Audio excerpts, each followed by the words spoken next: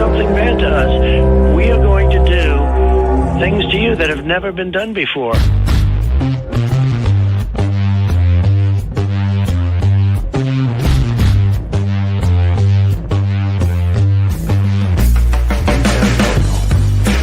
What the f*** is that, dude?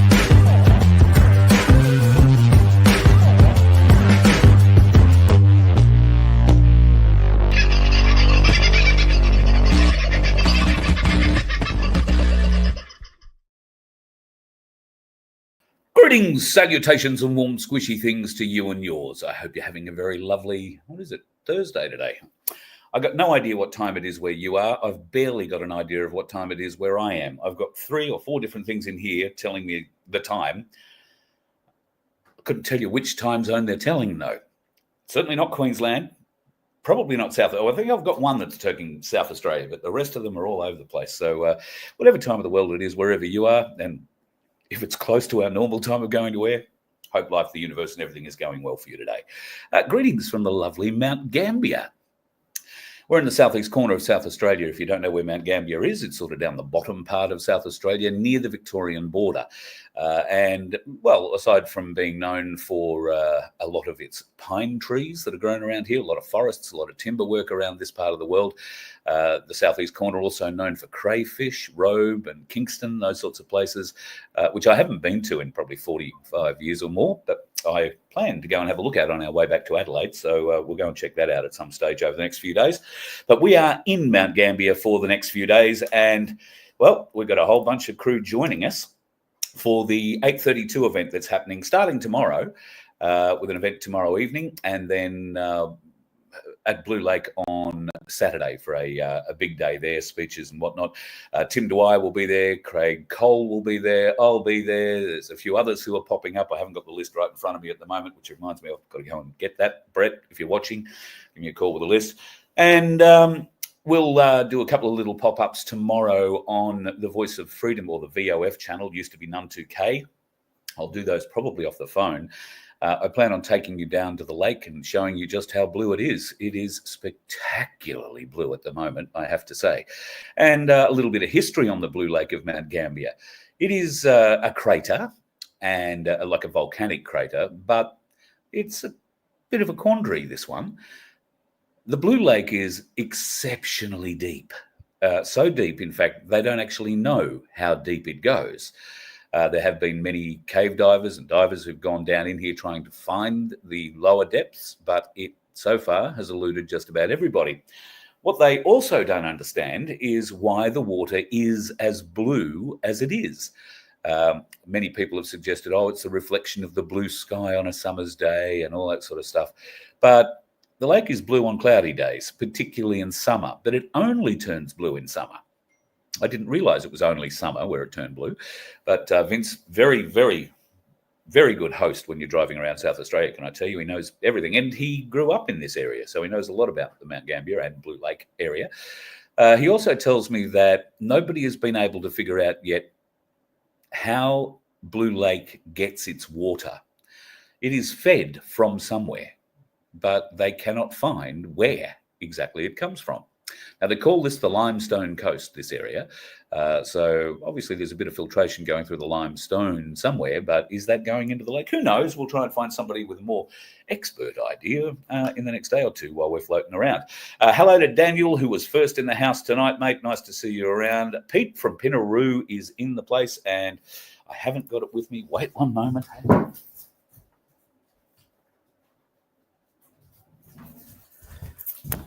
Just had to run away and go and get this. Pete from Pinaroo, who has kindly donated the black bag with Ainsley written on it. But it's what's inside it that makes all the difference. Oh, Sleeping Beauty has awoken. Did I wake you? I'm sorry.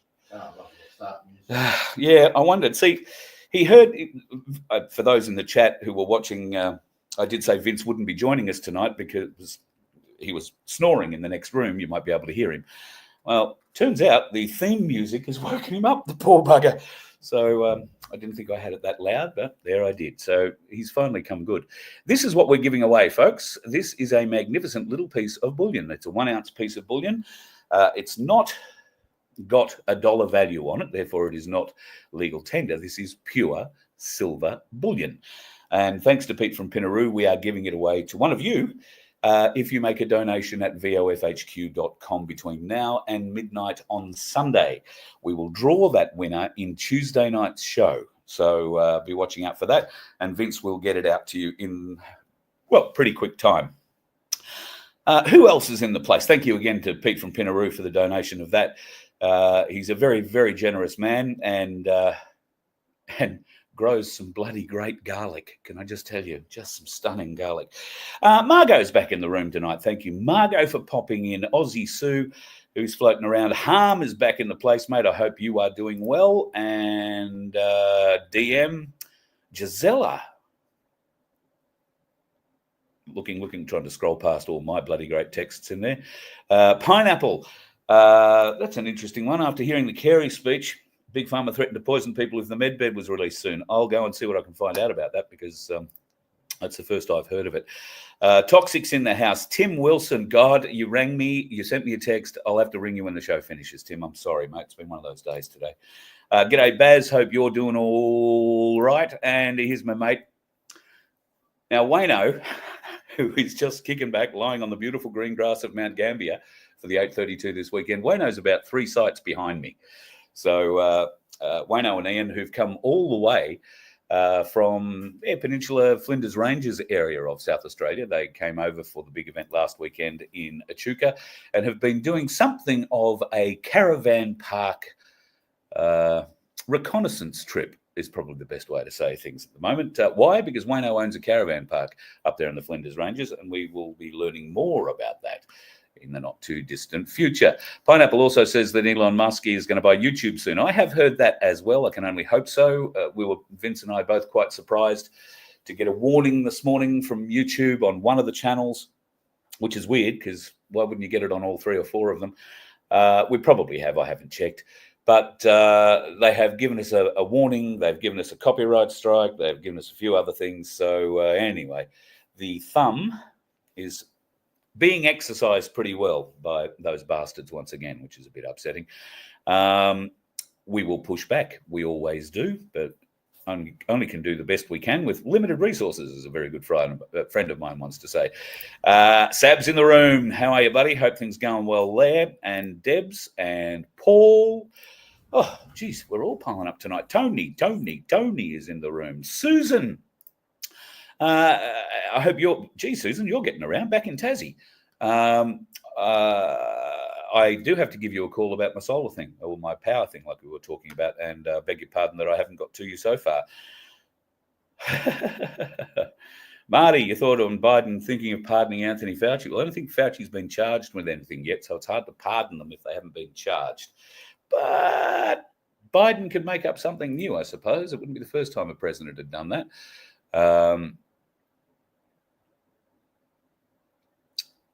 Hello, Beck. Nice to have you in. And Life, the Universe, and everything progressing well for you, I trust. Dusty's in here too. Kang Kong, thanks for the email. I haven't got to it yet, but thank you very much. Mr. Bill, we are putting you in the draw. Thank you very much for your donation, mate. Don't put you in the draw? Well, that's very generous of you, but we're going to put you in the draw because that's the terms and conditions, and we can't change the terms and conditions. So you're in the draw, Bill. But thank you very much for your donation. And anybody else who donates like that will also go into the draw for this wonderful little piece of silver that I've got hanging here. 7 o'clock in Queensland, Paul. Oh, okay, right. So I'm only sort of half an hour behind. We're doing all right. Just checking out if I missed anybody here. Anita, good evening to you. Wapner's in the house. Aussie Sue's having a bit of a chat. Hippie's in there.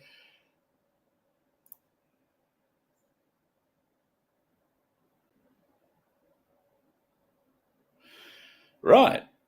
All right. I'll have to have a think about that one, Hippie. Let me get back to you on that. I've got to keep that in the head. You ready to see me at 8 o'clock in the morning, Brett? God, jeez. I've got to wake Vince up at 8 o'clock in the morning. Fair go. But at any rate, you know where we are, mate. So come find us. We'll look forward to seeing you. And Hollow Earth. I haven't come across the Hollow Earth theory. I've come across a whole heap more flat Earth theory today, but not Hollow Earth. We'll see what goes on there. Pete says the Blue Lake is losing water too. Okay, well, it does. I think it's done that before. I remember from my years working at 3HA in Hamilton, which is only, I don't know, 120 k's from here maybe, that was a thing back in the 80s. So I don't think it's ever gone dry, though. G'day, Grant. Nice to have you in. New name there. And I'll just keep scrolling very quickly. You're all having a bit of a chat. G'day, Jenny Dean. Scotty the News is in the house. Mr. Appleton or Ms. Appleton. I'm not sure how to say that. A.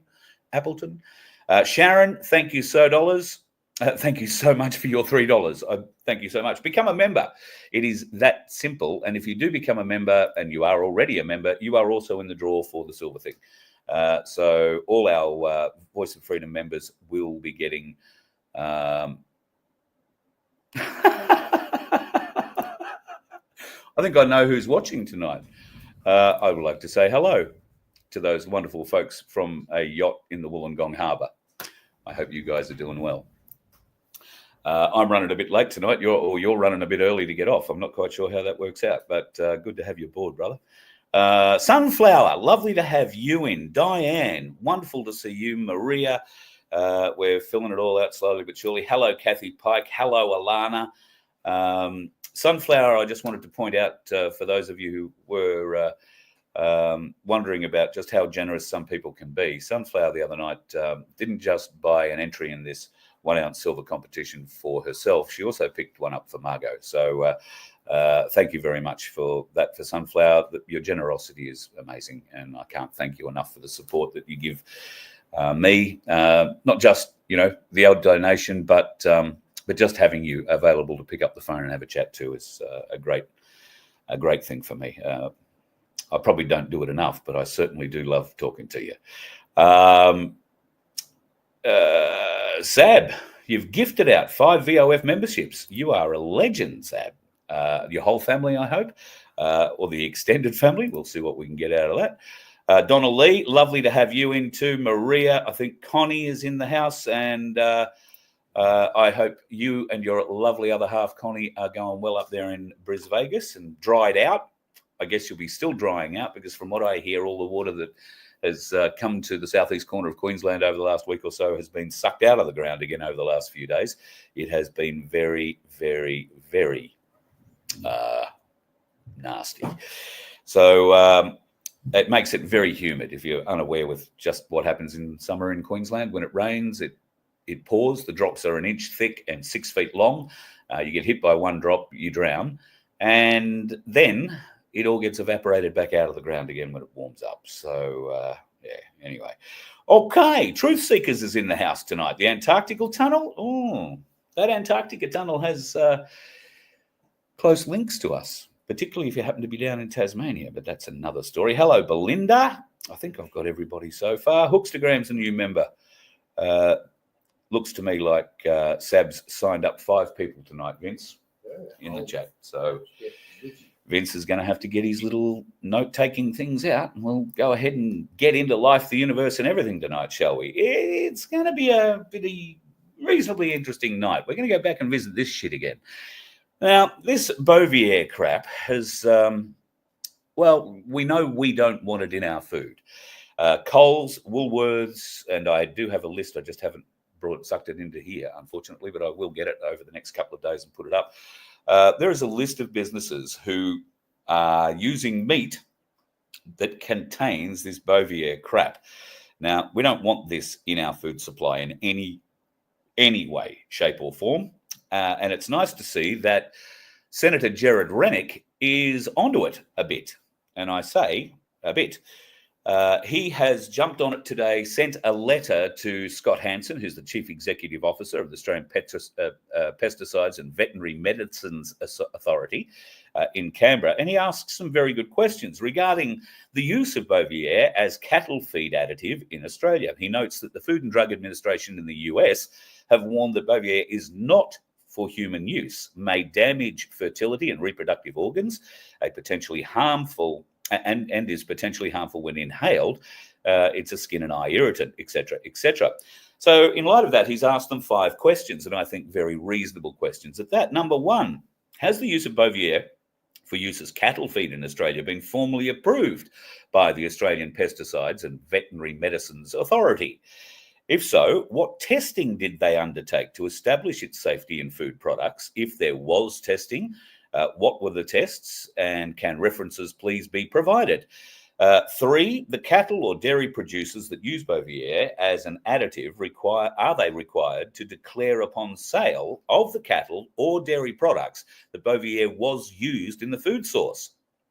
Because if they don't have to declare it was used, then how are we going to know what we're buying?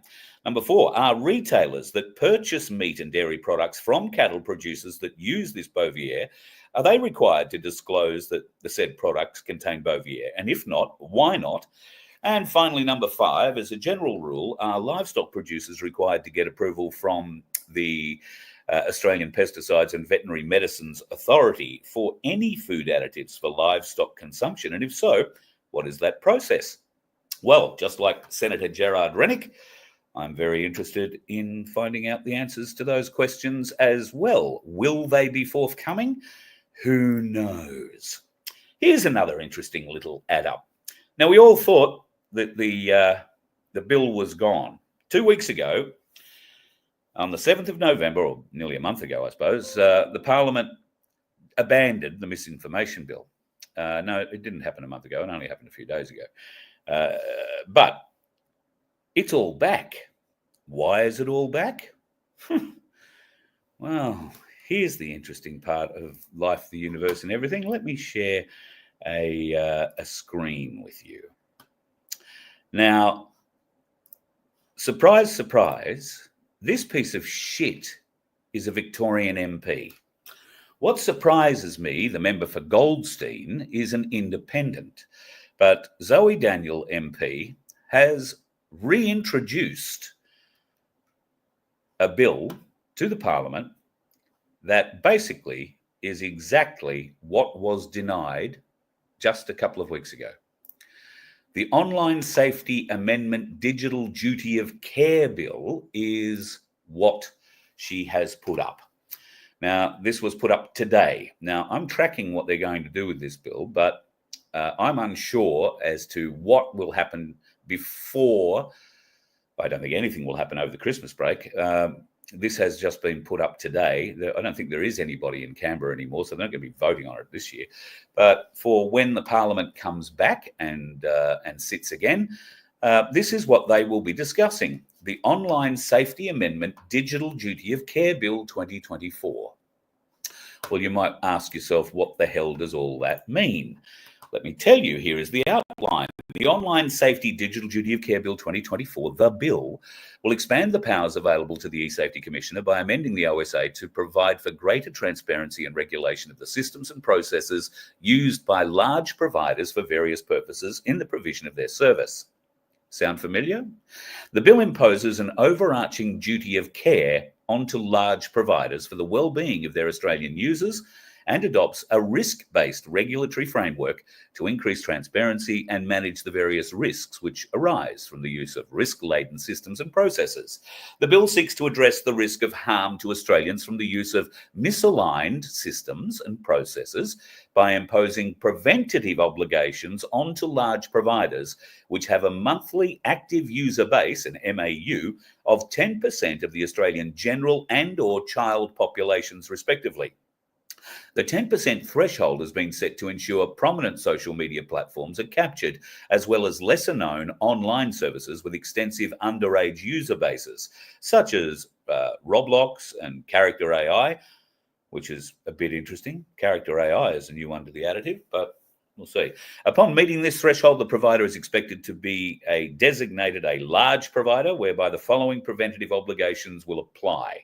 1, imposes a singular and overarching duty of care onto large providers for the well-being of their Australian users, like those currently in force in other areas of Australian law.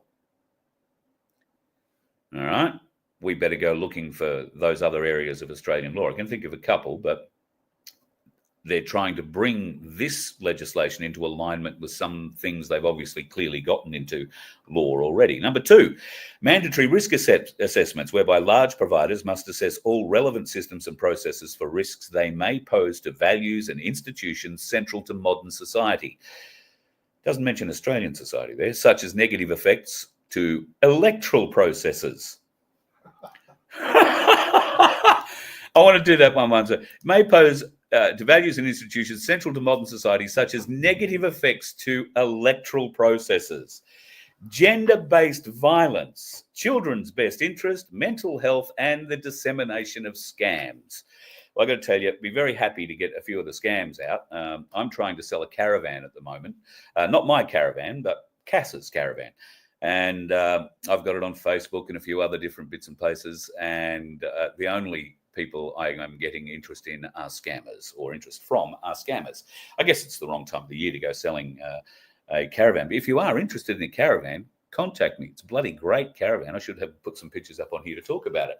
It's a MDC XT17 HRT. If you type that in, you'll get a great picture of it. Really nice caravan too, but has done absolutely no work. About 3,000 Ks in total it's been towed. It's never been off-road unless you call the road leading into the property off-road. And it does have dirty tyres, because I managed to drag it through some mud before I parked it where it's currently parked. But outside of that, it is absolutely immaculate, spotless. So I can help you out with the caravan. Contact me at carl@vofhq.com if you're interested in that one. Oh, and Vince has slept in it. It's very comfortable to sleep in, he says. Now, number 3, mandatory risk mitigation plans, whereby large providers must demonstrate how they will alter their systems and processes to prevent the risks identified in the risk assessments. And number 4, mandatory transparency reporting, blah, blah, blah, blah, blah, blah, blah. Enforcement mechanisms, such as liability for senior Australian management of large providers and fines up to 10% of annual turnover for non-compliance. Number 6, end-user control obligations, such as providing an opt-out for targeting advertising and the ability to reset or turn off personal recommender systems.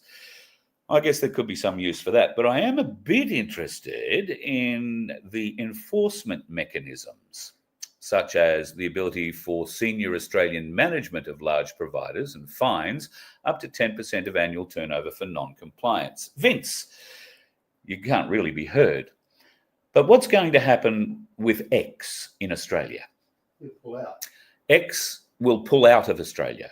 It doesn't mean you won't be able to access X. It'll just mean there are no Australian offices for it. Same as under these obligations, there will be no Australian office for U-Turd, for Facebook, for any social media organisation.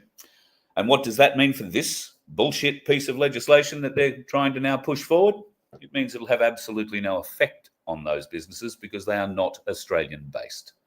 They will not be able to enforce them overseas, and they certainly won't be able to enforce anything onto their Australian senior management because there will be none. It will be that simple.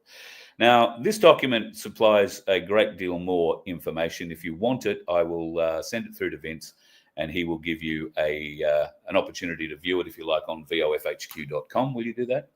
When he wakes up. He will definitely do that one for you.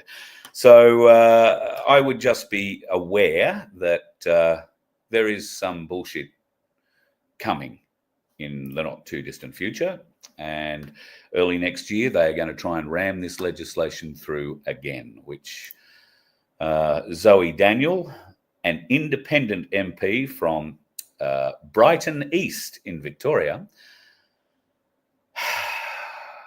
Why didn't we know? Why aren't we surprised? It's a female and it's from Victoria. My God, that state is out of control. And Jacinta Allen is proving to be more trouble than she is actually worth in that regard.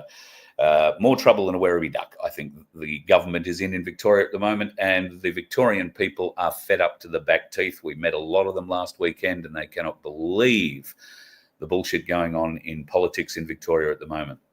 Dan Andrews was trending today on Twitter again. I did see the post, and he's saying that his life in Victoria has been made very hard. He and his family are finding it very difficult.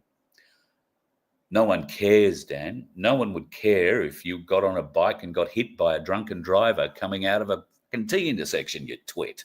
In fact, there would be a great round of applause, and you may even get one of the largest funeral attendances known to Australian history. No one cares, Dan Andrews. What they do care about is seeing you arrested and facing charges for the shit you put the people of Victoria through, you lying piece of filth. There is another story going around that Dan Andrews still hasn't recovered from a very severe back injury he gained while at a party at a very prominent person's place down on the peninsula of Victoria. The story was he accidentally fell down some stairs and hurt his back. The real story is he was fiddling a child, made a pass at a 12-year-old girl, and the father, not the father, a friend. The girl was a friend of one of the other children there. The father of that girl made sure that Dan Andrews knew he'd done the wrong thing. Now, I've had a broken back. It doesn't take you out for 3 months unless it is a severely broken back. I was in hospital for 14 days with my broken back, and then took me 3 months to get to walk again properly without a walking frame. But I wasn't in hospital for that long. Dan Andrews hid for months, and we are now hearing that he isn't finished hiding, that there is more that he needs to hide from, because apparently there are others who are trying very hard to make him pay for a lot of what he has done in the Victorian sphere of politics. So I can only hope that the world catches up with Dan Andrews eventually, because the world is starting to catch up with a lot of people. Here's a former Greens candidate. They caught up with her in Tokyo after she tried trafficking methamphetamine into Tokyo. Clearly that didn't work out for Donna Nelson, found guilty of importing meth into Japan. I don't know how green meth is, but I wouldn't have thought terribly green. A lot of chemicals involved in that sort of thing. Interesting choice for a political candidate, though, wouldn't you think? Well, we've always had interesting choices for political candidates, and we're not the only ones. America has had some very interesting choices for political candidates over the last 25, 30 years. But it's more particularly some over the last 10 to 12 years that we're going to be seeing a lot more of in the near future. Barack Obama sexually abused multiple kids. These are the Diddy files. And folks, they're coming. They are coming. I can post up links to where you can go and watch the video about that. Use your own discernment for it. But there is a fair bit coming out on exactly what is happening with particularly Barack Obama. Now, why am I interested in talking about this? Well, it all relates to this. This is an executive order. Let me get rid of Diddy. This is an executive order. Executive Order 13903, combating human trafficking and online child exploitation in the US. And there is a second order, which is Executive Order 13818.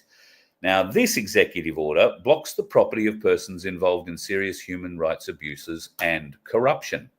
These are orders signed into law by Donald Trump when he was, when he was president up before 2020. In fact, he signed them in 2018. They have not been taken out of effect. Okay, they have not been taken out of effect. Why did Biden not overturn them or issue new executive orders to countermand these? Well, some might suggest that's all part of the show, but have no doubt there is a phenomenal amount of evidence about Obama and his sexualized interest in children. And it turns out he isn't the only one. Now, this is a reasonably old photo, but it's not photoshopped.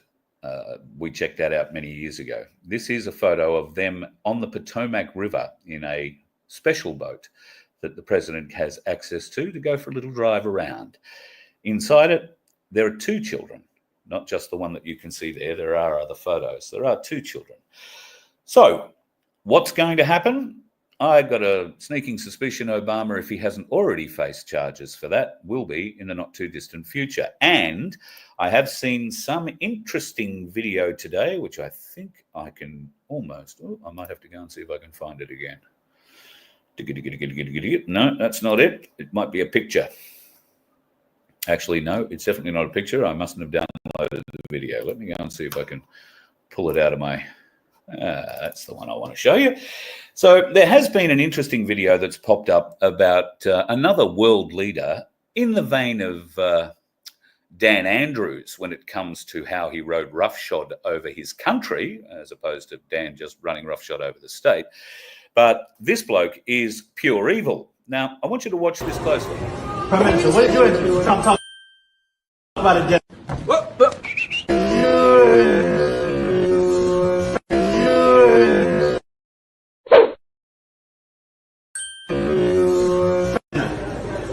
Prime Minister?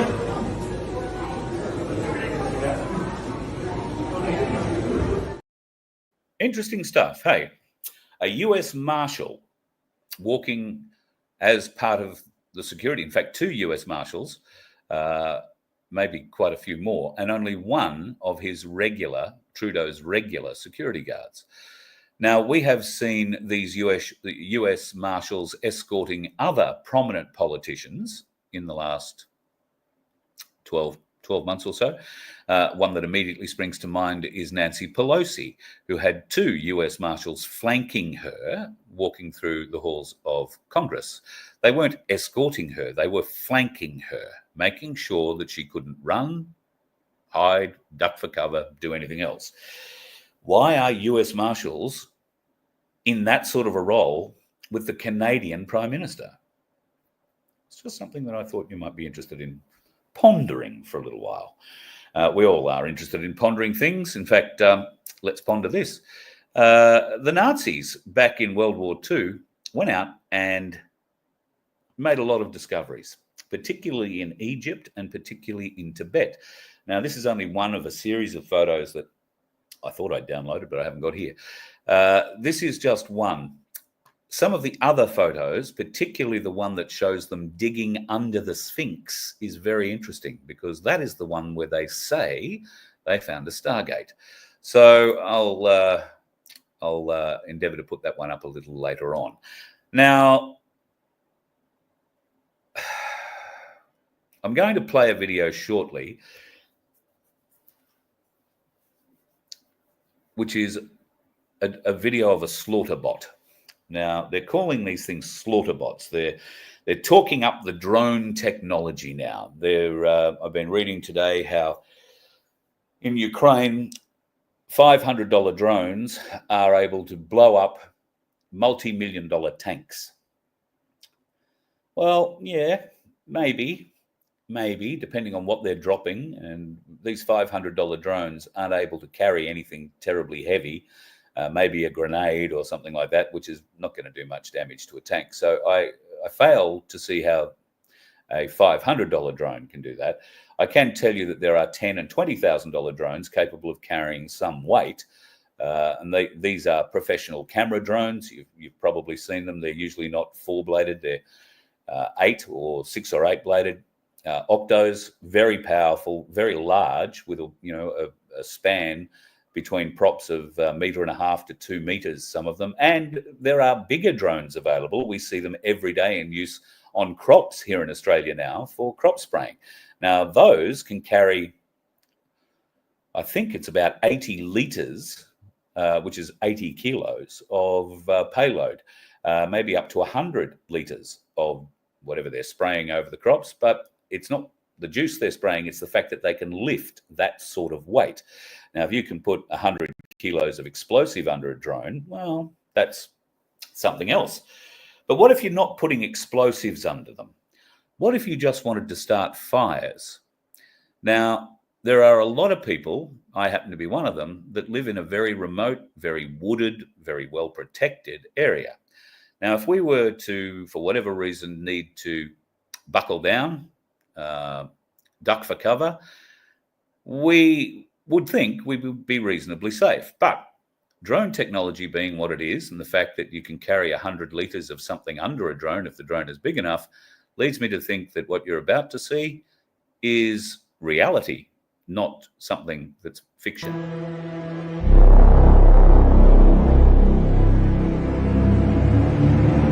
You are watching a drone starting a fire in a forest. It is pouring out napalm, for want of a better term. It is napalm,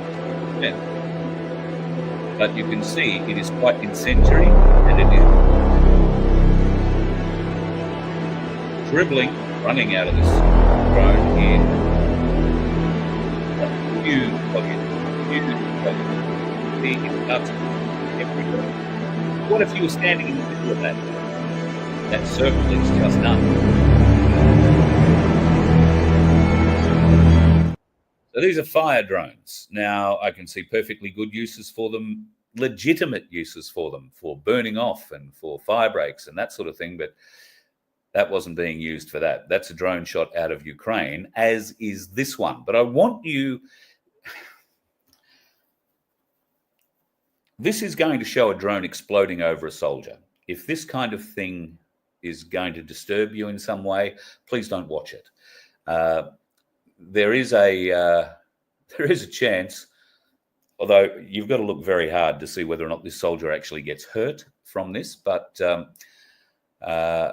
just be aware if you're feeling a little bit, I was going to say soft in that regard, but that's probably the wrong terminology. If seeing somebody potentially being killed is going to upset you in a war sense, and I think you're going to see a lot worse in Hollywood movies than what I'm about to show you, but I do need to give you that warning. I want you to watch this, but I don't want you to be scared of it. And after you watch it, I'll tell you.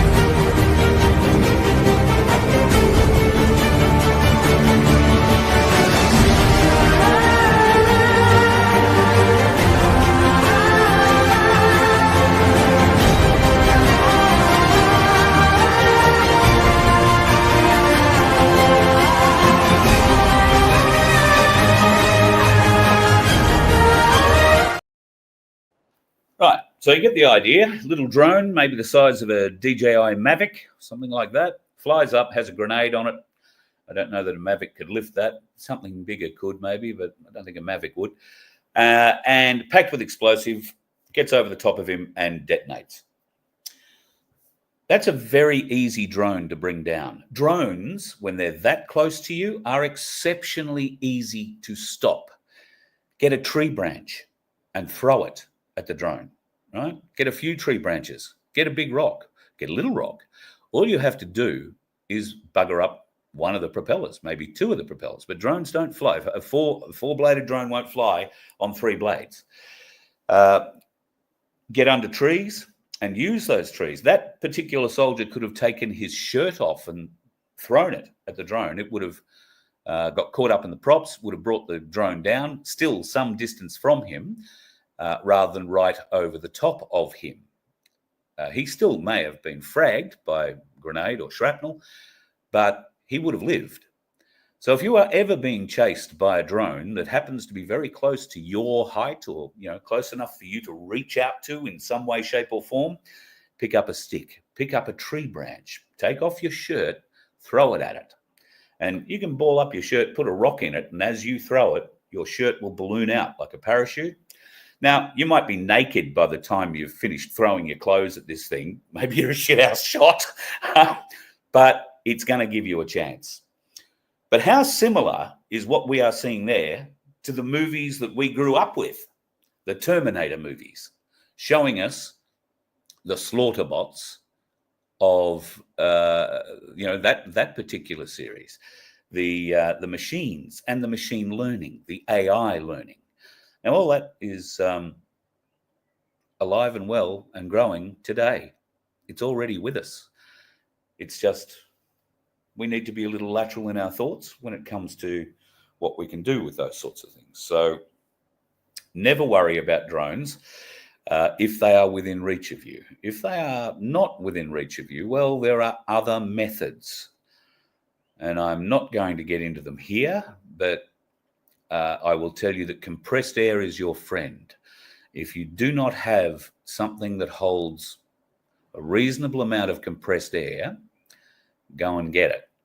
Go and get something that does, because compressed air is a very, very, very useful force if you know what to do with it, and very effective up to significant altitudes when it comes to drones, at any rate. You're not going to bring down a plane with compressed air, but trust me, you'll bring down a drone if you know what to do with the right things. So there will be ways and means of learning about that in the not too distant future, I have no doubt. And if you haven't found them yourself, then let us know. We'll be able to help you a little bit.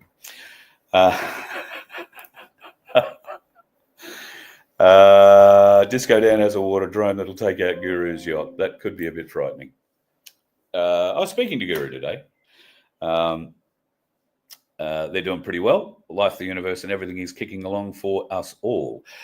Who was recording that video? Well, you got to say it'll be the Ukrainians. That was a Russian soldier that was being hunted down there. The Ukrainians would be filming this sort of stuff for propaganda. Now, whether or not that was a real Russian soldier or whether or not they just killed one of their own, maybe he didn't get killed at all. Maybe this is just simply for our entertainment, to make the mainstream media believe that there really is a war going on at the moment. Nobody really knows. And that's why I'm saying don't panic too much about what's going on with these drones. There are ways and means around them. You can fight back. But yeah, who is recording it? Well, they will have another drone sitting above, watching the chase. It's called battle damage assessment. It's usual in previous years. It's been done post-attack. But because you may have 4 or 5 drones in that area at the same time, it's very easy for them each to keep an eye on each other, so to speak, and get this kind of footage. But yeah, it's a bit dodgy. Do you believe it? Do I believe it? I have my doubts. Alana, a slingshot would bring down a drone, but you would need to be a very good shot with a slingshot. I am the owner of a slingshot. I'm a shithouse shot with it. I mean, absolutely woeful. And it's a pretty good slingshot. So practice makes perfect. I found that when I took up knife throwing. But at the moment, I can't hold the little thing you've got to pull back and let it go. So my slingshotting isn't going to improve anywhere just yet. But, well, maybe in the near future, because at the moment, I'm out of the brace. Oh, shouldn't have twisted it like that. I'm out of the brace, but I'm not quite fixed yet. Just trying to get the air onto particularly the back of my wrist. I don't know that you'll be able to see, but I've got a lot of abrasions, shall we say. And they're coming from the unit that I am wearing, the protective thing that I'm wearing. And it gets a bit sweaty. And in fact, it got a bit smelly, so it's had a wash. But I've been trying to get a little bit of air and a bit of sunlight to the arm for the last couple of days. And look at that. I can close my fist, finally. It feels like my knuckle here is popping off when I do that, but I can finally close my fist. So life, the universe, and everything is improving with a broken arm, but with a broken wrist. But can I please stress to you folks, do not break your wrist. It's a real pain in the wrist and the hand and the arm. And eventually your ass, trust me, absolute pain in the ass. Look up the hail cannon, shoots a big ring of air. Brett, you and I think alike in many, many areas. There is an air gun that you can make that basically uses a tube and a rubber band. And it has a membrane, and it can be quite strong. It pushes out a very forceful amount of air, capable of knocking things over at a pretty reasonable distance. So if you could target that and you had the right sort of power behind it, you can do a lot of damage. That's one way of using compressed air, but there are quite a few others. And unfortunately, we would be well kicked off, I think, every platform if I started telling you how you can do that, but who knows? We might have a weekend one year where we have a working bee. If life gets too bad, that's certainly what we would be doing. I'm just having a bit of a cruise through your questions, if there are any. So the drones are probably the biggest thing that they're pushing at the moment as something to be a force multiplier, particularly in Ukraine. I think it's all bullshit. I haven't seen any of those crop duster sized drones ever displayed in Ukraine. What I have seen is small DJI style drones that weigh grams, certainly less than a kilo. And if it weighs less than a kilo, it can't carry half a kilo. So whatever explosives they are putting on there are minimal. They may well be directional. They could be all sorts of different things, but don't let it get close to you. You are wearing your own protection unless you're at a nudist colony, but then you'll probably have a towel. So, yeah. Vortex cannon. Thank you, Redneck. Vortex cannon is exactly what I was thinking of. Vortex cannons are interesting. You've just got to get the scale of the outflow right. But, yeah, vortex cannons, great things. Are my feet any good? Oh, shit. Appleton's on it tonight. My feet look like they've come from a horny goat. Nobody be paying money for my feet. Australian, yeah. The Australian drones aren't the ones we're seeing, funnily enough. Our Australian drones are cardboard. And, okay, it's stiff cardboard, right? But they're the ones we are sending them. In fact, we've sent them over $30 million worth of them. Now, it would only be through a government contract that a company could come up with the idea and get paid $30 million for supplying some cardboard drones. Cardboard. Incapable of carrying weaponry. That's what the Australian government told us when they sent them out to Ukraine. But we're not really worried about the drones anymore. We're sending them 49 Abrams tanks. Probably because we can't afford to run the bastards, but we are sending them 49 Abrams tanks. What, our whole fleet? Yeah, that'd be about all our fleet. Yep. So I had something to do with the Leopard tanks many, many years ago. I don't think we had any more than about 40 of those. So, yeah, we are sending 49 Abrams M1, A1 main battle tanks to Ukraine, because Australia has no use for them anymore. Mind you, Australia is now also trying to develop their own Strike Master missile system, because the HIMARS system that the Americans have promised us, well, they delivered. They've given us, I think, 2 HIMARS units to protect our northern coastline. HIMARS is a missile system, ground-to-air missile system, capable of reaching foes out to about 300 kilometres. Currently, the Australian Defence Forces, the land-based ones at any rate, have a defensive capability of about 40 kilometres. So the HIMARS system is a great leap forward. However, the HIMARS system is very, very good, and because America are hell-bent on making money and selling weapons, they are selling them to anybody and everybody, and they can't keep the production line going up. So, and it's very, very expensive. So there is an option here in Australia called the Strike Master missile, which they are rapidly trying to develop and hopefully get a contract with the Australian government. I guess it depends on how big the brown paper bag is that you give the Labor Party while they're still in power, really, doesn't it? But that Strike Master system is capable of covering and protecting areas out to 250 kilometres offshore, which isn't as far as the HIMARS system at 300, but a damn sight better than the 40 they're currently capable of. I mean, at the moment, if we had our missile systems based in Darwin, we'd be lucky to be able to protect Bathurst and Tiwi Island. We certainly couldn't protect Tasmania. Mind you, we probably couldn't do that with a HIMARS either. But, you know, we have no capability here in Australia. Successive governments have deleted and depleted our defence forces in various ways. Okay, we haven't had a female captain crash, burn and sink a ship yet, That's another stand-up reason for New Zealand. Congratulations to you all. And the interim report into that incident, let's call it, that happened in Samoa a few months ago, where a New Zealand, a few weeks ago really, where a New Zealand naval warship was ostensibly in the area surveying reefs when it ran into one. The report came out and found that the captain, a female named Yvonne, had left the boat in autopilot. And nobody, when they tried to change direction, figured out that the autopilot was on. This makes it human error. The boat will not work, particularly the thrusters, will not work if the boat is in autopilot. Who knew that autopilots would do that sort of thing? Well, anybody who's ever been in a plane, probably, but planes aren't boats.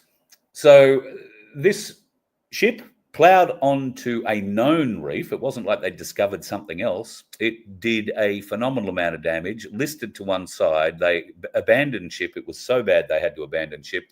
The ship caught fire, rolled on its side, and eventually went under the surface. It will be possibly salvaged. But at the time, the New Zealand Defence Minister, another woman, was complaining that there was a lot of bad comment about a female captain and a female defence minister. Well, we've seen what our female defence ministers have done in Australia. They've neutered the Defence Force, given it pink fingernails and rainbow fucking coloured socks. New Zealand is no better. In fact, it's a lot more far gone than us. No wonder so many Kiwis want to come here. And trust me, I'd have more Kiwis here than I would have Indians at the moment. I think we've got enough Indians. But our government prefers to get the cashed up Indians to come in, because without them coming in, our housing market would collapse. We have now just gone through the 7th consecutive drop in GDP. If we are not in a recession, what the hell are we in? Because only 3, I think it is, consecutive drops in GDP always used to be the trigger for recession. We've had 7. Now, the only reason that our economy supposedly isn't in recession is because of the Indians coming in, cash in hand, and keeping our housing market high. Now, if that all stops, the housing market is going to crash. Prices will drop significantly, and it will happen anyway, because we're going to hit a finite point. We would probably like to hit it sooner rather than later, but we'll have to wait and see just how far the Australian government is up Modi's ass, and what benefits India are getting, who also have the HIMARS system, just between you, me and the gatepost. And why? Well, because they've got Pakistan over a border, and they don't like Pakistan terribly much. And I think you can see China from India, so they've got some issues there too. And very quickly, things are happening in South Korea as well. Some very weird things happening in South Korea. The Prime Minister came out the other day and declared martial law across South Korea. Now, this wasn't because of any act of North Korea coming over the border and trying to do anything. No, nobody's actually figured out why this fella decided to declare martial law. In fact, it looked for all the money like it was a coup attempt, and it failed. Now, the president of South Korea has come out and explained exactly why it failed, and that is because the defence forces, the police, are instructed to take their orders from the people. Now, it's the first time I've actually heard a country's president or leader stand up and say that, but I find it very encouraging. And he was very forthright, very specific, and elaborated in great detail that the military in particular, but I think in South Korea, the military and the police are kind of entwined. He was referring to both, that they take their orders from the people, not from a prime minister, not from a government in that regard, particularly when there is no reason for anything like martial law to be declared. There are a lot of Black Hawks in the air over Seoul, Korea at the moment, and they are particularly over the parliament. The people have been outside the parliament since this happened, and they haven't left. They are there in their tens of thousands. So keep an eye on South Korea at the moment because I don't know what's going on there, but we'll see what happens. Anita, just wondering if you can give your thoughts on the Freedom Union, new to this, and haven't heard my thoughts. The Freedom Union. To be honest, I don't have any thoughts on it. I don't know enough about it to really comment. John Wilson has had this idea, or whatever his last idea was, sort of morphed into this idea. John hasn't spoken to me, I don't think, since October last year. So basically, when he figured out that he and Ricardo weren't going to get too much more out of me, they dropped me like a hot, whatever. I'm guessing that's what the case is because he's never spoken. He just ends all communications, which is sort of a gutless and weak thing to do. But if that's the way, I'm not at all surprised. It's how unions generally work, gutless and weak. We do so much for our members. Well, okay, maybe. But I have my problems with unions and always have, and I don't believe that this Freedom Union is going to help us in any way, shape or form. As far as I can see, it has zero traction. I hear nobody else talking about it. You're the first person that's mentioned it to me in a month.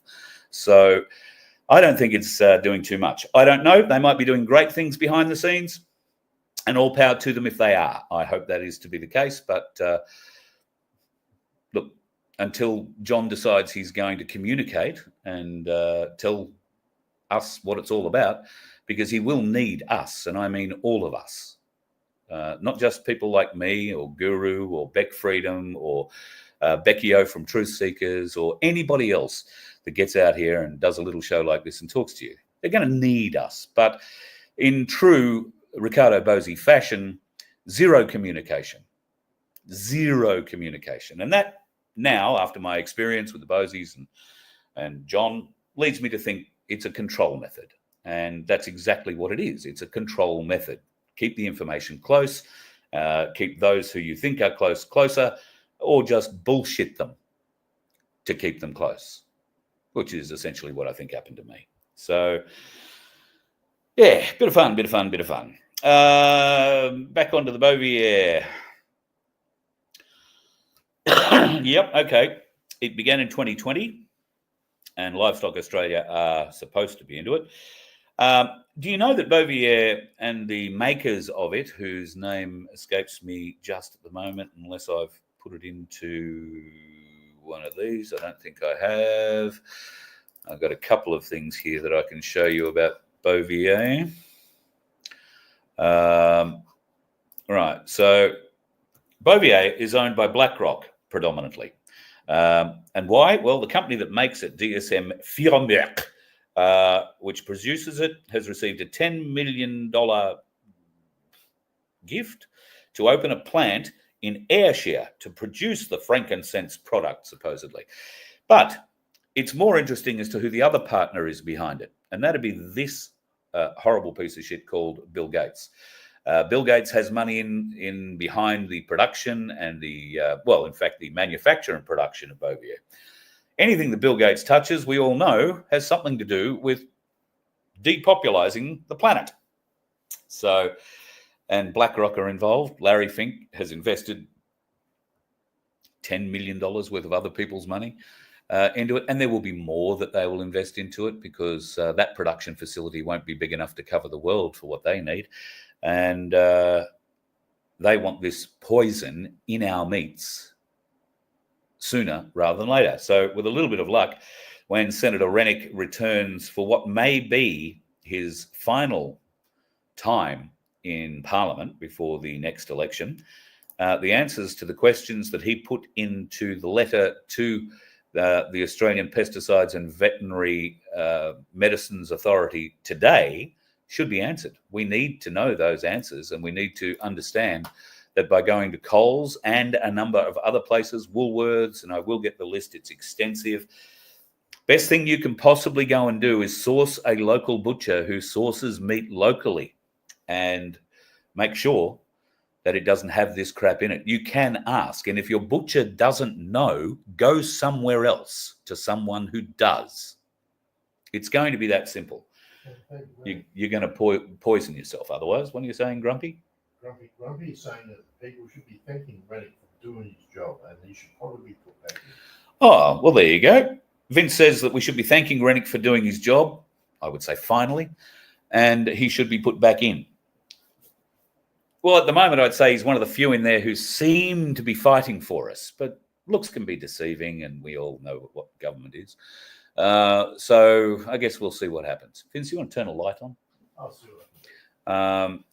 So, yeah, I guess we'll see what happens, but I would support Senator Rennick finding out everything that he can about this product at the moment. Oh, shit, it just got bright all of a sudden. And yeah, we will hopefully find out in the new year just how deep that little rabbit hole goes. But over Christmas and New Year, you're going to eat a lot of meat. Are you going to buy it from Coles, Woolworths, or any of the big distributors? You'd be mad if you did. Mad if you did. You're just going to make yourself sicker. And God knows we don't need that. A great acronym for the Freedom Union.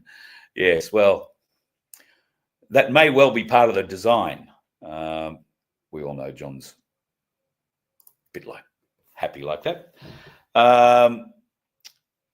There is some interesting things going on in the world of Trump, which I will probably talk to tomorrow at some stage. We're going a bit long now. So there are some interesting things going on there. It seems to be behind the scenes. I would watch out this weekend in France. The French government is in a death roll at the moment. It will be interesting to see who actually turns up at the opening of Notre Dame. It could be Mademoiselle Pen at this stage rather than Monsieur Macron. That could be very interesting. If Miss Le Pen turns up, then it'll be an interesting sign. Trump, of course, will go in all guns blazing. He's not a fan of Macron at all, but interesting that he got an invite to the opening of the whole thing. So watch all that with great interest over the weekend, but I am hearing there could be an event in France over the weekend that may be something that we will all be very pleased to see. That's as far as I can sort of go on talking about that, but yeah. All right, I think I'm just about done. You're heading my way in late December, Dusty. We're doing lunch. Your shout. Oxenford Tavern. Well, that's only just down the road, Dusty. Yep, we can do that. I'll be back home by then. So Oxenford Tavern's just around the corner from my mum. So absolutely, love to catch up. Love to catch up. A bit like Wayno, who is just down the back here and probably tonguing to go and have something to eat. And we've probably missed the pub for dinner now, Wayno. It's is it 8:30 here? What time is it here? Yep, 8:30. 8:30. Well, there you go. I've got something that tells the correct dish time.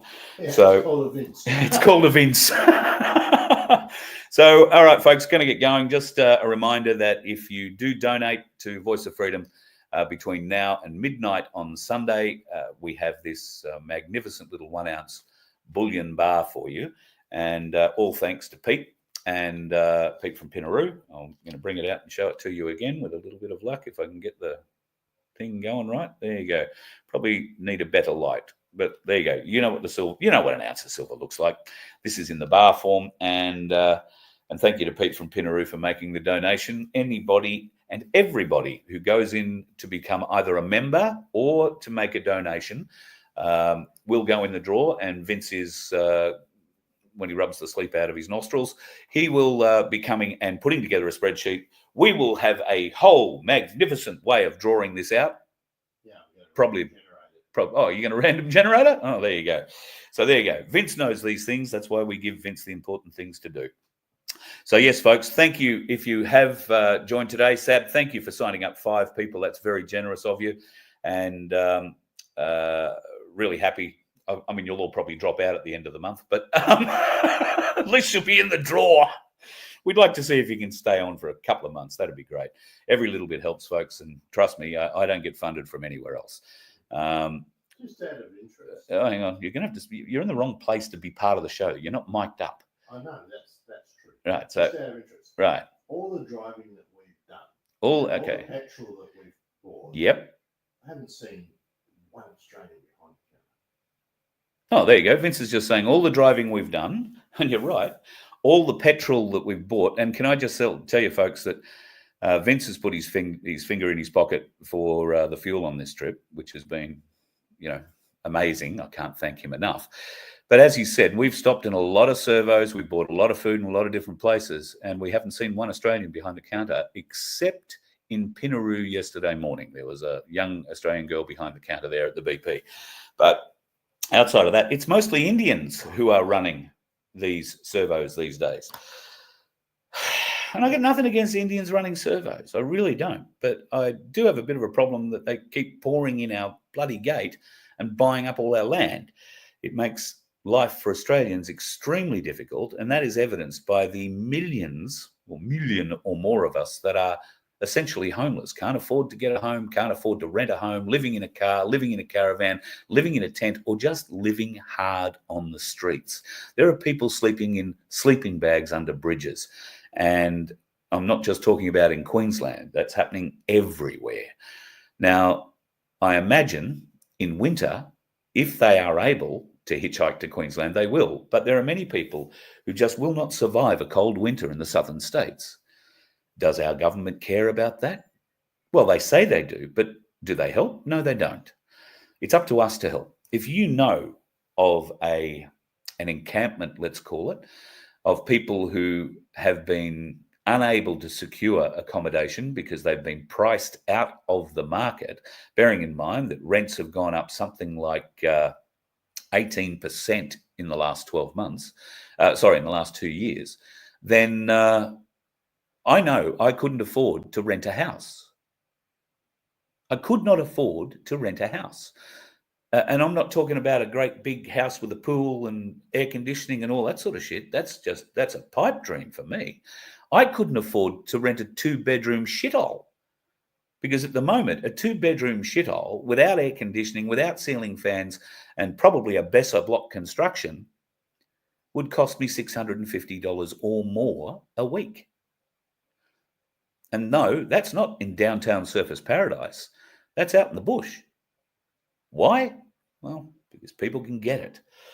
If you're silly enough to pay it, or you're unable to go another way, and I am so grateful for the bus, then if it wasn't for that, I'd be on the streets with you. And that's why we want to help. So if you do know of homeless or people who are finding it pretty tough around you at the moment, I have a great friend, Mick, and his wife on the Gold Coast, who a little while ago decided to do something good. They had a little bit of a windfall. They went and bought, I think it was close to 30 big food packs. And they went down to a bridge between Brisbane and the Gold Coast where there were 30 people or 30 families camped out, and they gave them each one of these big food boxes, food parcels. Now, it had all sorts of great stuff to eat. There might have been a beer or two in each of them, I don't know. Actually, probably not. More food, useful stuff. And there was a lot of love. There was a lot of help given during that period. Now, you don't have to go and be as extravagant as 30, but if you could help one person, if we could all help one person, the difference would be amazing. And these people need it. They need to know they haven't been forgotten living like trolls under a bridge. And I can tell you that in Queensland in summer, people say, oh, Queensland in summer will be great. Well, no, living under a bridge in Queensland in summer is akin to death, because of the rain that we get and the flooding that we get under the bridges. The reason we have bridges is because of the rivers that they're crossing, and those rivers flood just about everywhere. So what happens when the home that they've had gets flooded? Well, they get pushed out. They also get hassled by the police and get moved on, pushed on, told to go somewhere else. They don't care where. It's not the coppers' problem. You can't stay here. The councils in Queensland, right around Queensland, are making it absolutely impossible to free camp. Even to pull up on the side of a road that happens to be beside a beach on the Sunshine Coast now is illegal. You cannot stay there in a caravan or a camper van overnight. You will be woken at some ungodly hour by a policeman telling you to move on. Unless you're Vince or me, they can knock all they like. We'll just sleep through it. All right, folks. Love you so much. Thank you for putting up with me and my bullshit. And we would love to be able to help you win this little bar of silver. We'd also love you to be part of our Freedom family. Now, that's being extended to FBN Media Online. If you go to YouTube and type in FBN Media, you should find it, FBN Media Online. And Vince has got an interview up there from the event last weekend, the My Place Camp Out. If you haven't seen it, go and have a look. The 3 girls that he's talking to there were the organisers from it. One of them is Becky O from Truth Seekers. She's just a wonderful girl. And along with her, there is Donna and there is the lovely Zara from My Place Shepparton. They were 3, not all the organisers, they were 3 of the organisers who put together that event. And it was a brilliant, brilliant event. So if you're wanting to learn how to do those sorts of events and how easy it can be to bring people together for that kind of fellowship, then please check out that interview at FBN Media Online on YouTube.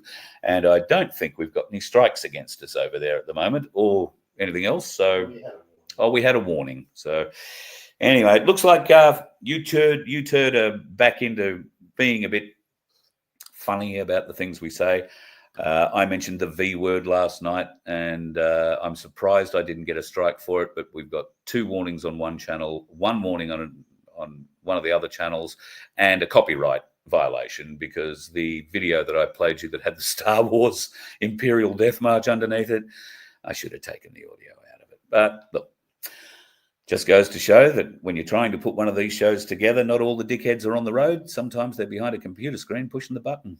Have a good night. You let one ant stand up to us, then they all might stand up.